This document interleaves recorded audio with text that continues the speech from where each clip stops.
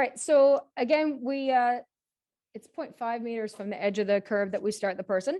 But again, they can move their chair however they wish. At this point, Amira is going to demonstrate going down backwards. So I was still set up this way. She says, I'm going to go down backwards and I'm going to say, tell me more, because I'm going to want to hear about the technique the person is using, whether it's forwards or backwards. And she's told me an excellent method, so we're going to do it. Can I tell you now? No, I did. You already did. Okay. Yeah, you did. I was there. It was great. Okay. Okay. So again, spotting, I have to have both hands here, not on a spotter strap, because if she tips laterally, I'm not going to be able to catch her.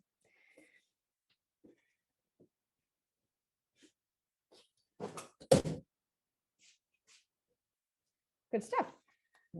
So I'll get you to go up again and we'll just walk people through what you did there. Yeah, so that for testing purposes, that would be an advanced technique. So she'll get a 3 for that. So the key things that she's doing is she's shoulder checking to make sure that she's lining her wheels up equally. If the person gets off on an angle, you have to just stop, because if she does come over, you're not going to be able to catch her. The other thing she's doing is she's maneuvering her wheels slowly, pushing her weight forward so that the rear wheels come down slowly and a controlled way. Yep, that's great. Yeah. And then once her rear wheels are down, she keeps the wheels moving.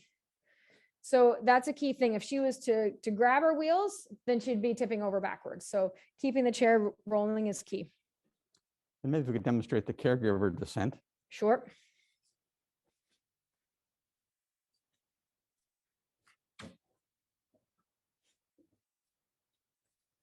Key things are going to explain what we're doing, and it's essentially what she just did, but I'm going to do it. So she's just going to put her hands in her lap, and I'm just going to ask her to lean forward.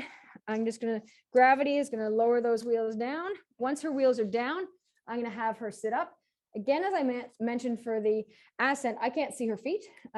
So I could try and tip her back and walk backwards, hoping that her foot plate and feet are cleared. But an easier way is I'm just going to roll the chair. So if you watch her front left caster here, that as long as I keep that caster on the ground, by the time I get around, guaranteed her feet will be clear. If you don't have the space to do that, you may have to go straight backwards. But if you do, it's a nice, easy way to protect people's feet. And some earlier versions of the manual, that last technique that Cher was describing, we also had for independently coming down backwards. But because it requires that the chair come to a stop, we're no longer recommending that. It's not in the manual. It's only for the caregivers that we're turning sideways, because there's no risk of a rear tip. Are there any questions on descending the high curb? And we'll come to the wheelie technique in sessions, well, 5 or 6. Future sessions. Yes. Yes. Great. All right.